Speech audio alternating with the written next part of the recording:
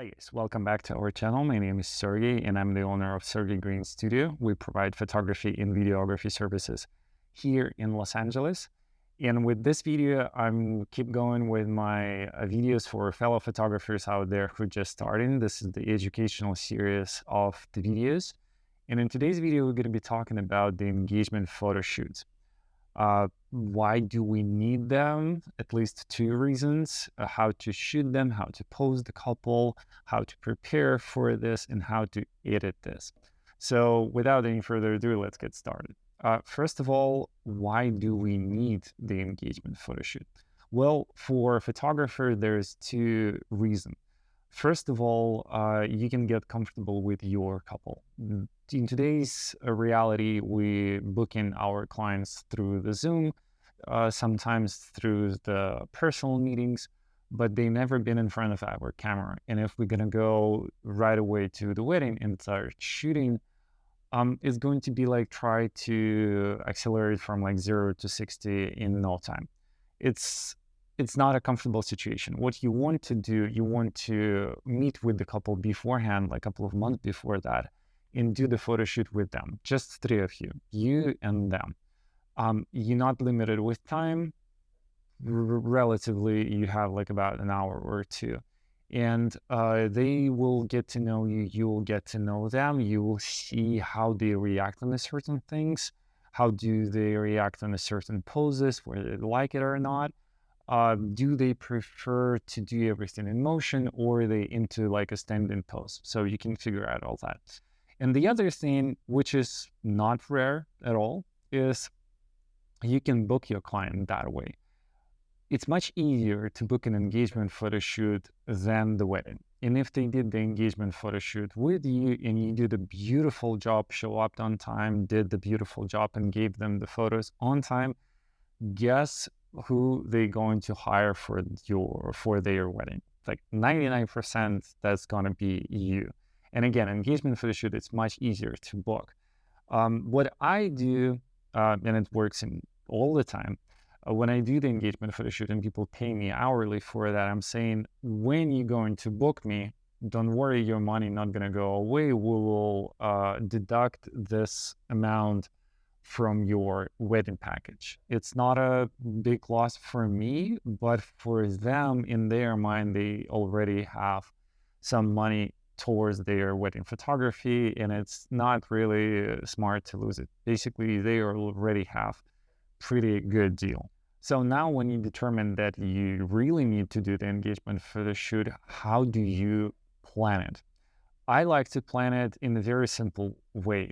First of all, I did the list of the location that I like here in Los Angeles. I did this list over the years, and there's about 45 different locations. I also separated them into the categories. For example, there is a category of the parks. Some people like greenery, they like trees, bamboos on a background, things like that. So there is a list of parks in the different areas of the city, and there is also the fee listed next to them. For example, everybody would love to go to the Huntington Library and do the engagement photo shoot there, but they charge $800 per session, so it doesn't make any sense. At the same time, South Garden, whatever they're called, in Palos Verdes, they charge like $30 and they absolutely beautiful. So that's the place. Same for the beach. Very common place to go and do your engagement photo shoot at the beach. So there's a list of places there as well. There's a list of combination too, because some of the couples, they would book you for 2-3 hours for their engagement photo shoot, and they want to combine two locations. So let's say they would want to combine the park with the beach. So there is a list of places around Los Angeles where you can do both of these locations under, let's say, 2 hours, somewhere there. Under an hour, not really possible, but under 2 hours, really possible. There's a list of hallmarks or like places that represent Los Angeles itself, as Griffith Observatory, for example, or Santa Monica Pier. That's for someone who doing their destination wedding here in Los Angeles, but they are actually from somewhere else. And they want to have this representation of the city on their photos without telling about it when they're going to show these pictures, right? And so forth and so on. There's a few more. And if you're going to be interested, I'll gladly to share that list. So what you want to do, you want to give that list to your bride and the groom and trying to explain what is the options out there. Because most of the time you would hear that they don't really know what they want to do. And that's your job to help them. Sometimes it can be done, of course, through the personal consultation, but at the same time, if you can do this as the list, so a couple would take their time to look through the list on their own terms. I don't know, they have a free hour after the work and they are in the mood to look at it. They would do just that. Or maybe they want to take their time and resource the entire list for the duration of like a couple of days. You can do that too as well. But in any case, are you preparing for that? In terms of the light, in terms of the time of the day, very simple. It's always 2 hours before the sunset. And also keep in mind that if you go to like Malibu hills or something like that, or into the mountains, the sun going to set there earlier. So keep in mind that as well. There is also a possibility to do engagement photo shoot on the sunrise. I would not really recommend that just from the personal point of view, although I did it once for one couple who wants to do the engagement photo shoot at the Santa Monica Pier, but they don't want to have anyone there, and they were very clear about it. So I said, well, I cannot guarantee that no one going to be there, but we can go there, let's say on Tuesday or Wednesday on the sunrise. That's going to be the best option, and that's what we did. There's completely different story with the custom engagement photo shoots, what I call them. It's when you just go to Yosemite National Park and shoot for the entire day from like 2 until the sunset when you do multiple location. But that's a whole different story for the different video, because this engagement photo shoots are very complex and usually sold in a similar manner as the weddings themselves.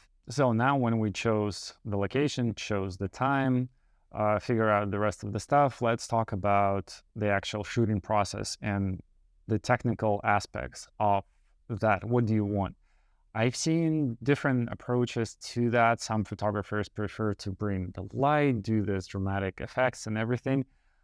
Personally, not my thing. I prefer to be very light on the engagement photo shoot. I would bring like 2-3 lenses or so, and I would work with them. And that's because that's aligned with my technical style, the way I'm shooting. And with that, we actually cover in the second topic after that, posing couple that would correlate with your equipment. For example, in my case, I'm working with non-professional models, and I like them to be as natural as possible in front of the camera. Usually, it's happened through sort of iterations, right? Through certain processes. My to-go thing is to start shooting with the simple poses, like just stand next to each other, just holding each other's hands, hugging each other, this kind of things. And then I would do some sorts of things, to walk from one direction to another, or even to run or something like that, or to make a couple of twirls, things like that. And usually after the couple would complete this move, they would naturally relax, their shoulder will fall down, and they would laugh and smile and do certain things. And during that time, I'm not taking my camera down. I'm still keeping it up and shooting. And then I'm showing them and telling them basically in a few words, like, hey, here's the photos I took after I officially done shooting. So you get what I mean. So I would ask them to walk from one place to another, right? And I would shoot that. And then I would be like, okay, here's the good one. And they going to relax, they would do certain things, and I would capture that candid moments between this little set. And I'm going to show them, and I'm going to prove them right on my camera that it looks very lovely. It looks very organically, very natural. Give me more of that moments. And usually I would hear like, oh, did not know it's going to look good, but it actually does. So my point is that if you're going to bring lots of equipment, it's going to slow you down and it would intimidate the couple. All of this flashes, reflectors, and everything, and assistance, unless you're couple into that. And if you couple into that, you will know this right away. They would want to book the studio. They would want to have this dramatic setup or whatever you want to call it. So if they want it, give it to them. But if not, you want to stay light and you just want to dance with them and play with them in that sort of way. And then you will capture this lovely moment, this emotions. Same goes into the accessories or the way they dress. Just make sure they are comfortable. So there is no heels on the beach. There's no crazy pop-up colors or anything like that. And again, unless you're client into that, I would have some of the brides who doesn't really want to shoot if they not in a very bright red dress. That's who they are, what they want. And some people would love to have like a earthy tone summer dress. That is very suitable for, let's say, the parks in Malibu. That's my favorite, one of my favorite combinations so far. So again, everything should be aligned and combined between each other. That's the only way to go. And the next thing is the post-processing, post-production. Same thing. So far you did lots of job. You chose the location, you gave some recommendation to the couple, they chose location, you together chose location. You gave some recommendations to the couple, how they're going to dress. You shot in a certain way with, let's say, f2 most of the time. And your editing would be determined by all of the steps that you did before that. So your editing would complement all of the job that you did before that. Again, everything has to be aligned. If you're not sure about your editing, if you're not sure how you're going to do that, just bring your friends and go out to that specific location and shoot and edit it and play around with that. Do not play around with the customers' photos. That's for sure. But if you're not sure, just go ahead and train that way. I'm going to have the separate video on the editing process. Of course, we're not going to cover this right over here. But what I'm trying to say that is, do not do editing in the sake of editing. Complement your photos with the editing. And ideally, what I like to do, and sometimes when I would go to the new locations, I would love to arrive there a little bit earlier, like 30, 40 minutes before we actually start shooting. And I would just sit down and visualize the entire process.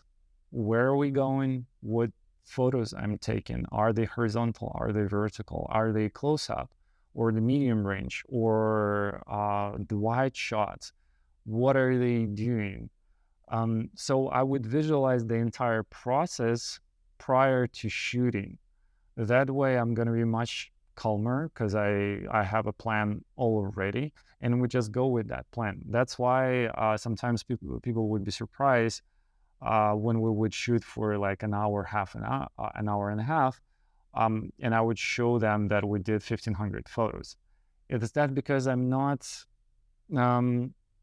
like imagining the fly. I thought it through the entire thing. I thought how to make my engagement photo shoot balanced, how to make sure that I have the right amount of photos for every type of occasion. If she wants to print the canvas, here it is. If she wants the close-up photos, here it is. If she wants the photos for invitations, here it is. The photos for my own portfolio, here it is.